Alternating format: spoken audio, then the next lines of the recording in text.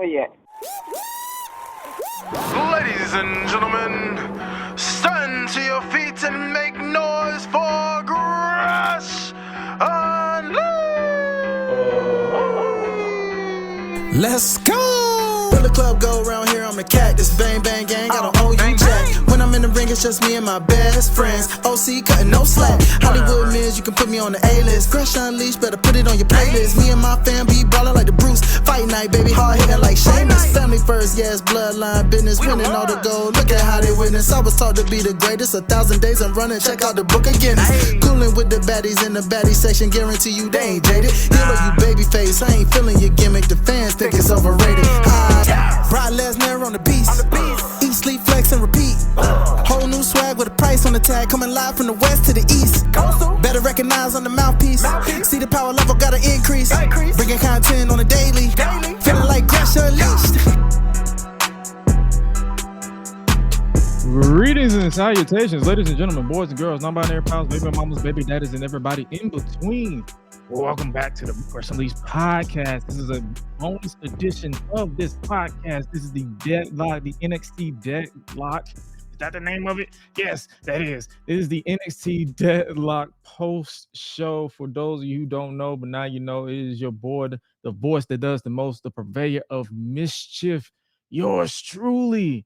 It is your boy Gresh joining you for this show, and you would usually hear someone on the other side of it, but I'm rocking solo for this go round because our boy Highlight Reel will be back with us on Tuesday to chop it up with yours truly for everything that goes on in the world of professional wrestling. But for this year's NXT Deadline post show, it is going to be yours truly rocking solo. And first things first, before we get things started, got to give a special shout out to friend of the show as well as Highlight Reels lady Nikki, sending my condolences to her family for their sudden loss or their loss. And I wish you all the best, and hopefully if you need anything from me, you know where to find me. But condolences to you guys as well. But yo, on to today's bonus episode. Yeah, you know, yours truly rocking solo. But before we get into NXT Deadline, because I am not the Freepedia champion, Highlight Reel is still the champion, because in the case of a three-way tie or a tie in general, the championship does not change hands, so I cannot rock my gold chain. So I am now 0-3 with these predictions. I got to change the game. I got to step it up. But yo, we got so much on tap because we had an impromptu CM Punk appearance at NXT Deadline to kick off the show. I don't know what the hell this was. It was just like, I feel like they were supposed to say something, but they both forgot the script. So it was literally just it was wholesome. So I give them that. They even got a selfie. Shawn Michaels and CM Punk got a selfie with this situation. So nothing too shabby on that one. Like it was lighthearted. I'm surprised Punk had the nerve to rock Bret Hart hoodie in front of HBK of all people. But I mean, they forgave each other, just like Triple H and Punk forgave each other for handling business. But yo, if you were to tell me this was going to be the case 5 years ago, 4 years ago, even last year, I would probably have lied to you. I probably would have told you are a liar. But hey, you can't really knock all that. So, but yo, man, NXT Deadline, I feel like this year was, especially the two Iron Survivor challenges, lived up to the hype of, especially of last year, because I believe last year's winners was Roxanne Perez and Grayson Waller, who's now on SmackDown. But yeah, if I had to really like nitpick on anything, it's nothing to nitpick on. It was literally two solid Iron Survivor challenges that I even like. I will I'll get to it when we talk about it, but I'm currently in timeout because I doubted Trick Williams. That's my bad. So I'm currently in timeout. So I doubted the ancestors, according to my good buddy. So Hey man, I take the loss on that, but might as well go ahead and try to go in order as much as possible. Axiom defeated Nathan Frazier to open the show. That was honestly, this was on the kickoff show. So honestly, if I had to be honest with you, this match was it didn't really have too much heat for me, but it still delivered. Pun intended to NXT Stand and Deliver, but it still delivered for what it was. Like I had no gripe with this particular match on the kickoff show. It's very rare that we get kickoff matches anyway nowadays in WWE. So this was a nice way to get the crowd hyped, get the crowd going, and honestly, they knocked it out of the park. But yo, Axiom picked up the win. I got the predictions right on that one as well as highlight. But hey, man, this was a fun opener. And then we next up we continued on with the NXT North American Championship match. Shout out to Wesley. I believe he's undergoing surgery on his back. I don't know what time or what day it is, but we're going to continue to send well wishes to Wesley. And in his place is Dragon Lee challenging Dirty Dominic Mysterio for the NXT North American Championship. And I'm not gonna lie to you, this match it was solid for what it was. Like it was fun. It was you could tell that it was short notice. I wasn't really a fan of Dragon Lee losing on SmackDown last night and then having this match. So it's kind of like, but I get that this was a last minute thing because I believe the original outcome was for Wesley to win the title because that's why myself and Cheech picked Dragon Lee to win or Wesley to win the title before we found out that he was injured. So, and our wishes or our predictions came to pass because Dragon Lee is your new NXT North American champion. I enjoyed this match for what it was. Like it was a sudden loss, in my opinion. I'm not even gonna hold you. Um, it was like if I don't know if someone was hurt or whatever, but it just felt I was like I looked down for like a split second, and then next thing I know, boom. Oh no, I just muted. I think I went muted. Next thing I know, it went boom, and then Dragon Lee is your new NXT North American champion. I ain't never seen another man hate. I mean, like literally love the fact that his son lost more than Rey Mysterio. The next person that I feel like that loved that type of thing was James St. Patrick, Ghost from Power. Like that man was so smiling ear to ear that this man won. But yo, congratulations to Dragon Lee for the winning the NXT North American Championship. I'm not really a fan. I'm not really a fan of two main roster talents winning or fighting over the developmental slash third brand slash whatever you want to call it title. But if this is going to eventually lead to someone else winning the title from Dragon Lee, um, I'm all game because there's so many talented people in NXT to win that title that can win that title from him. You got your like if they want to, they want to put Dijak in this situation. They want to put all these other people in that way they can transfer, not really transfer, like have some people who needs that main roster experience to hop on SmackDown and potentially challenge Dragon Lee for the title and win it. Like that'd be a nice little rub. Like that's what I'm loving that what they're doing with NXT nowadays. But yo, once again, congratulations to Dragon Lee for winning the NXT North American Championship. Next up, we had the Iron Survivor Challenge, the Women's Iron Survivor Challenge. Tiffany Stratton, Blair Davenport, Fallon Henley, Lash, the Legend, and Kalani Jordan. I put out on Twitter that I feel like Blair Davenport would be the workhorse of this match, and I was right.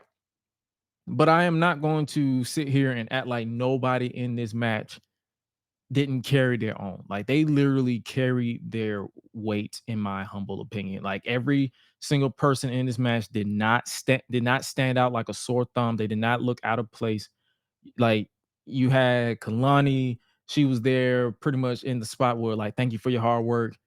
Go out there and show up and show out, but you're not winning because she got like 0 points. Tiffany Stratton was literally beefing with Fallon. She pushed her through the announce table. She practically died, that being Fallon. And then Tiffany said, fuck it, we ball, and hit a swanton from on top of the penalty box into a crowd of people. Luckily, this wasn't like what happened at NXT Stand and Deliver, where they parted like the Red Sea and let her crash and burn to the floor.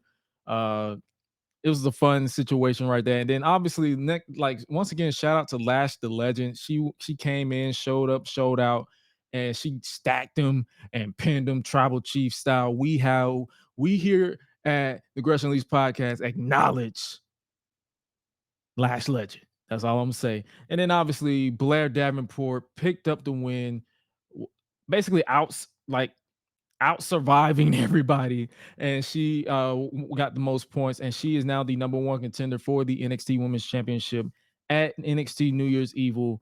Fun women's Iron Survivor challenge. Like I said, no complaints.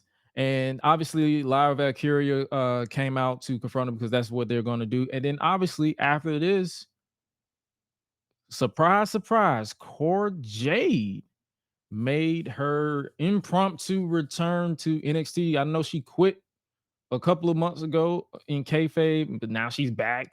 And to steal a word from Booker T, she's looking good. But hey, man, hopefully whatever they do, because I'm pretty sure they're going to keep the title on Lyra, and Blair is going to give her a killer match in New Year's Evil, the first NXT of the new year. But I would not be against them putting the title on Core Jade on at some point, or taking the title from Lyra, and they finally do something with Core, because she's been going, like, I've been asking this question for a while, like, where the hell is Core Jade? But she's back. And she's going to more than likely kill it on whatever they do. She said, see you Tuesday to find out what's next with her. So hey, man, do what you do. Do what you do. Next up, we had a match where I pretty much, my brain shut down. It was Carmelo Hayes versus Lexis King. They've been telling this story with like who attacked Trick, and this was a match because I believe Lexis has been pretty much alluding to that he's been the one behind the attack on Trick. And this was a solid match. Like, this was I'm not even going, like, I know to this day, I will tell you this, like, my mood has not changed on Lexis King, Brian Pillman Jr. I am not moved by this man. Like I've had people say, I feel like you're secretly a fan of no, I am not. I don't know what to tell you. I'm not a fan of this man. I don't care. Call that man. Yeah, shout out King. He said, call that man by his given name. Yeah, Brian Pillman Jr. I ain't calling him Lexis King no more. Wu-Tang beard, McDonald's upside down beard. Woo. But nah, man. This was a solid match. This was a solid match for what was. Carmelo Hayes was practically carrying my interest in this match. Point blank, period. And obviously, Carmelo Hayes picked up the win over Lexis King to basically silence this man. And then apparently after the match, he said, "Oh, hey, I didn't attack Trick. So Melo, my brother, you looking guilty as hell, my boy." That's not the game I would look for. Oh, you talking about Brian Pillman Jr. or Wu-Tang Clan, or Brian Pillman Jr. I got you, man. I got you, Ken. I got you. But yeah, we're gonna call him BPJ. That's what we're gonna call him, BPJ. No, BP, no gas station. But yeah, Carmelo Hayes, you looking kind of guilty. You looking kind of guilty, my boy. And then you came out at the end, like, come on now. Come on. Pick it up. But yeah, we all picked Carmelo Hayes to win because, like, shout out the highlight reel. Like he said, who gives a fuck about Brian Pillman Jr., BPJ? His name is Lil Sweet. Lil Sweet. Yo, fun fact, I'm not even going to hold y'all. You know how everybody assumed that I'm related to everybody, but I believe, and I could be wrong, I have to verify, but I believe that the guy who played Lil Sweet on that Dr. Pepper is my uncle. I will have to verify. I will literally verify. I'm gonna try to verify by Tuesday, but I believe someone told me it was either my cousin or my grandmother on my pop side, where they was like, you know, your uncle was in that Dr. Pepper commercial. And I'm like, Lil Sweet. So I'm gonna verify before I assume, but I'm pretty sure my uncle was Lil Sweet. So hopefully I can find out ASAP. So we'll definitely find out by Tuesday for the next episode of the Gresh Unleashed podcast. So hopefully we can verify. I like how you. So yeah, we're gonna start calling BPJ Lil Sweet. That's exactly what we're gonna call him going forward. Shout out to Ken Lewis for that. Definitely. Next up we have the Men's Iron Survivor Challenge. This one, listen, this one right here. This one, they Sean, I give you credit. You had me in the first 24 minutes. You had me believe that this man was not going to win to the point where I'm like, bro, it's over. And then my notifications went off. They say, ha, this A's like milk. And I'm like, what? Well, I'm like, ah, damn. Yeah, you're right. My fault. But yo, the Men's Iron Survivor Challenge was Dijak, Josh Briggs, Tyler Bate, Trick Williams, and LeBron Toretto break these hoes. Braun Breaker for the people who are in the semantics. And this match slapped hard. No pause necessary. I cannot tell you enough.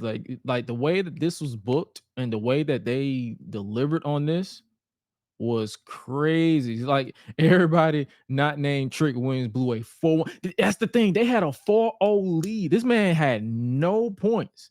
This man was done. This man was down and out. This man was literally, this man had, it was like this man was in the penalty box more times than he was able to actually get a pin. That's how down and out that man Trick Williams was. And buddy, because I picked Dijak to win, Highlight picked Tyler Bate to win, and Marks with Mike's picked, both of them picked Dijak to win. We all counted out Trick, and it got down to the final, what was it, 60 seconds, 30 seconds? And it felt like literally, it was like, you know that meme that people use where you're playing the game nonchalant, like you're just like, whatever. And then it's like when it's time to get down to the crunch, you be like, all right, bet. That's literally what Trick Williams was. That man literally waited down to like the last 30 seconds and said, all right, boom. Yo, I'm gonna use this reference because it's forever fuck this team. But Trick Williams pulled what the Falcons did in reverse. They had no lead in the beginning, but he won in the end. You remember how the Falcons had the first half in that Super Bowl that I will never let them live down? Trick Williams had no points in the first half. But then when that second half hit and he figured out the gameplay, he scored. And he won. Therefore, your winner of the Men's Iron Survivor Challenge. That was a weird analogy, but I just had to throw in my hate for the Falcons in there one last time because why the hell not? But Trick Williams won the Iron. Look at the passion in this man's face. This man won the Iron Survivor Challenge, and I hate comparing people. I truly do, but every time Trick Williams especially gets in this ring, I always think back to Booker T pre-WrestleMania 19. He had the crowd in the palm of his hand. Like you want to see this man succeed. Like I hate comparing him, but this man is literally Booker T of 2023. And that is a good thing. That is a great thing.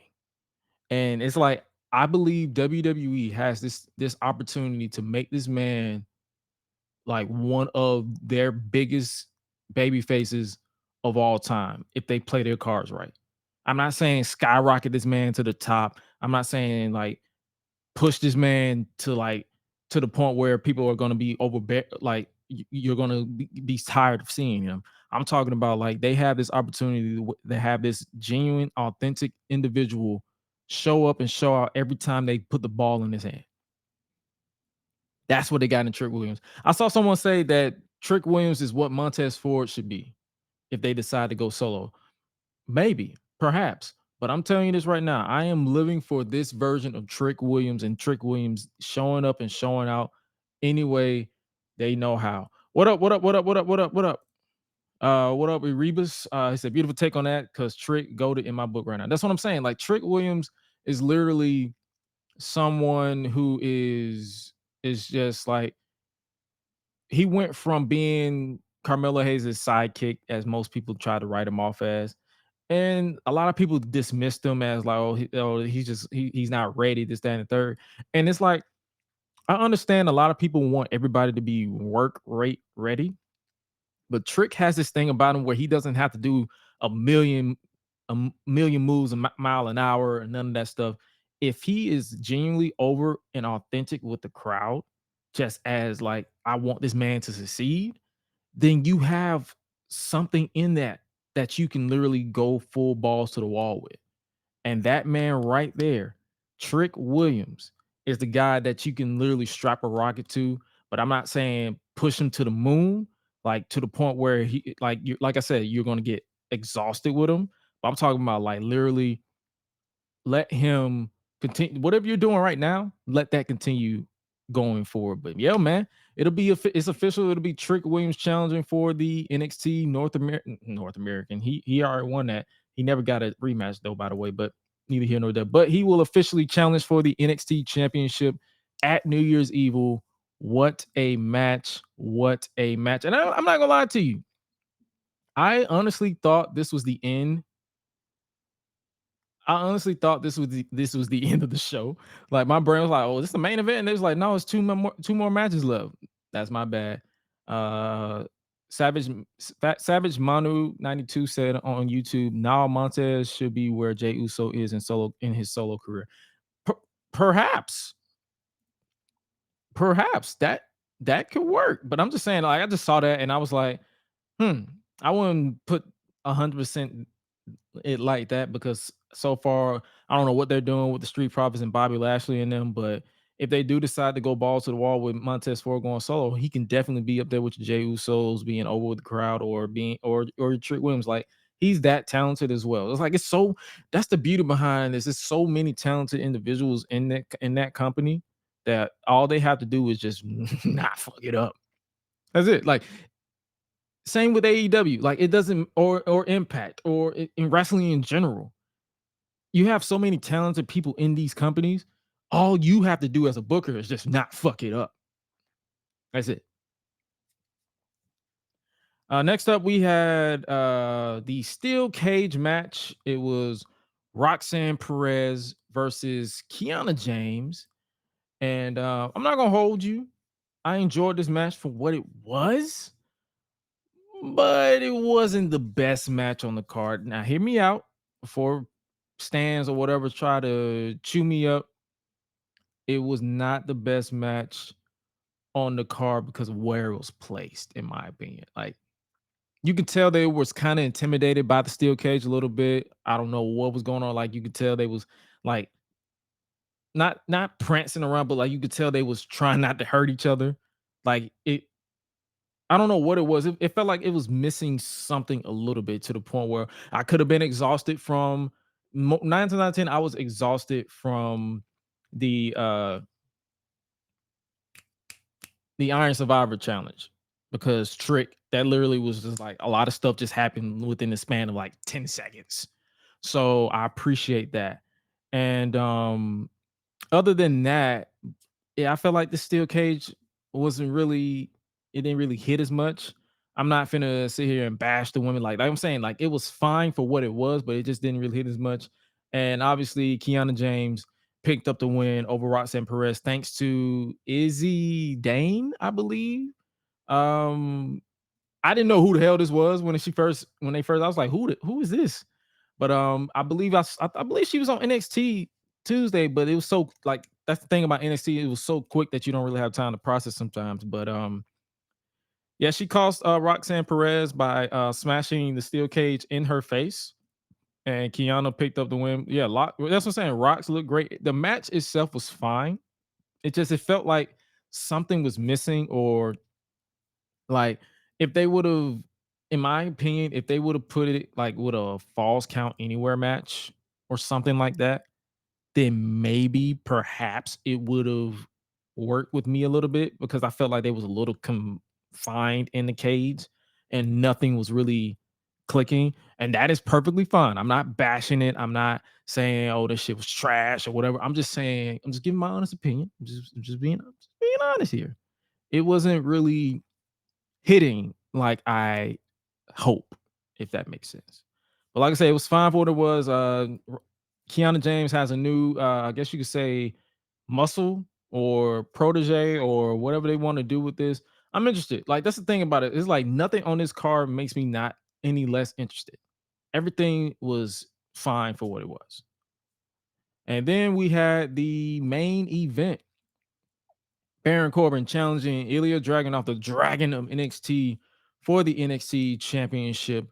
And I'm not gonna lie to you, this match was they was cooking. Like, I'm not saying this was the greatest match I've ever seen, but they was cooking. Like, this Baron Corbin came out like he was a biker taker from 2K. Like, when you find your day one call and you trying to mimic your hero on 2K, and you copy Undertaker biker taker's gimmick into your entrance. That's what Baron Corbin's interest was to me. But the match itself was pretty solid. Like, it wasn't something to like go home about, but it was pretty solid. And then for something about Dragunov, like, this man is a different villain. Like, this man, he's a good guy, but he's a villain. Like, he is a menace. He is that type of guy that will literally stare you in your eye, punch you in the face, and smile and make you apologize. That's how violent this man is. Like, this man is out here hugging people before putting them away. Like, this man whispered in this man's ear. This is literally, hey, little mama, let me whisper in your ear. This is the Yin Yang twins. This man looks like a freaking menace. This man is violent. But yo, man, I gotta give Baron Corbin his props before we talk about the finish. This man, ever since he returned to NXT, I'm not gonna say he's been knocking it out of the park as far as in ring wise, but he's been killing it. And like as far as keeping my interest. So everything he does, everything he talk about, like I'm loving this version of Baron Corbin. Like, it sucks that it took him going back to NXT for them to get how to book him. I feel like that's always the case. It's like every time he goes to NXT, that's when they know how to book Baron Corbin. But it was like when he's on the main roster, it's like I'm not as interested. I think that most interest I was in Baron Corbin was bum ass Baron Corbin. So log off after that whisper joke. Like, hey man, you can't lie to me. Like, that was some good shit. Like, come on now. He trying to whisper in your ear, man. Like, he trying to say, I'm finna kill you, boy. Hey, little mama, I'm about to kill this man. I'm about to whoop his ass. I'm about to fight. I'm about to claw. I'm about to rip his heart out. Come on now. Don't hate. Don't hate. I'm trolling. But nah, man. Like, Baron Corbin in NXT, he's been pretty solid, like, for the most part. So I gotta give him props on that. And obviously, Ilja Dragunov retained the NXT Championship after, I believe, two H bombs and the flying headbutt. I forgot what they call it, but the flying headbutt that he does. And still your NXT North, not North. I don't know why I keep saying North. NXT champion Ilja Dragunov. And NXT Deadline closed with Trick Williams confronting Dragunov, and the show went off the air. Like I said, NXT Deadline was pretty stacked, pretty solid for what it was. It was 7 matches. It wasn't nothing too crazy to like it was NXT Tuesday night on a Saturday, but in a good way. I enjoyed it for what it was. It was not Torpedo Moscow. Okay, I was like, it was something with a T, but I didn't want to butcher it.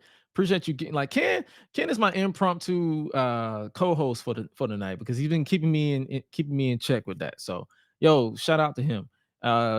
Torpedo Moscow. That's what he used to pick up the win.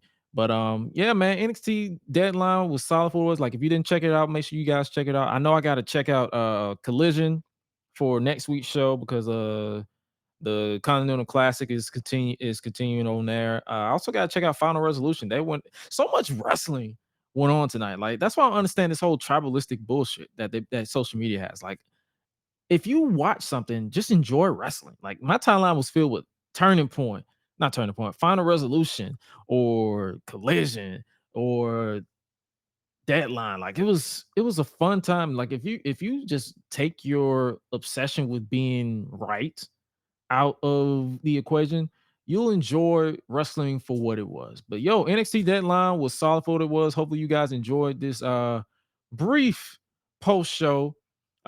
Make sure you guys stay tapped in and locked in for yours truly. But yo, before we get up out of here, I gotta give you guys some news. I forgot to do it in the intro, but hey, we live, baby. We might as well do it at the end. Gresh Unleashed News, our third annual end of the year awards will be going down on December 26th. December 26th. For those who aren't aware or are new around here, the End of the Year Awards is a cross-podcasting show where we basically treat it like the Slammy Awards, where we create categories and award the winners. First off on the Gresh Unleashed podcast, that'll be right here. And it concludes over on the Life's a Botch podcast. Since last year was well received, the Listener's Choice Awards categories, will be returning this year as well, where we'll list the polls over on www.greshunleashed.com, and you, the listener, can get your voice heard. It's a fun time overall. It will be available the week after next, I believe. Not this week coming up, but the next week. We still getting the categories there. Like there's so much good wrestling that went down this year that is going to be hard, but we gotta pick some winners, and it'll be a fun time. And speaking of fun time, Gresh on YouTube, the main Gresh YouTube channel is back up in business. Like for those of you who don't know, my hard drive crashed, but hey, I shout out to the backup of the backup of the backup. But the first retrospective for TNA month over on the main YouTube channel it is finally finished. Put it that way. It is finally finished and will be uploaded to Patreon for early access, but it will be dropping officially next Thursday on the main channel. The retrospective will see us step back to the year 2011, where Bobby Roode clashed with AJ Styles at TNA Final Resolution with the TNA World Heavyweight Championship on the line in a 30-minute Iron Man match. Was this one of those matches that is a forgotten gem, or was it trash? We'll talk about it. We'll break it down over on youtube.com/@itsgresh next Thursday. And hopefully you guys enjoyed this post show with yours truly. I will catch you guys on Tuesday for another installment of the Gresh Unleashed podcast. I appreciate my chat, Ken. I appreciate you over on Twitch as well. Rebus, Savage, Manu. I appreciate y'all for rocking with yours truly for this post show. And hopefully you guys stay safe out here in these streets. And remember, I got to get my chain back because Highlight is still the champion, but I got to get my chain back. But in your case, make sure you guys keep it locked, keep it humble, and keep it real with yourself and everybody else. And with that being said, you guys stay safe out here in these streets. And remember to always eat, sleep, flex, and repeat. We out. Y'all be crazy. Yeet. Jay Uso got it back.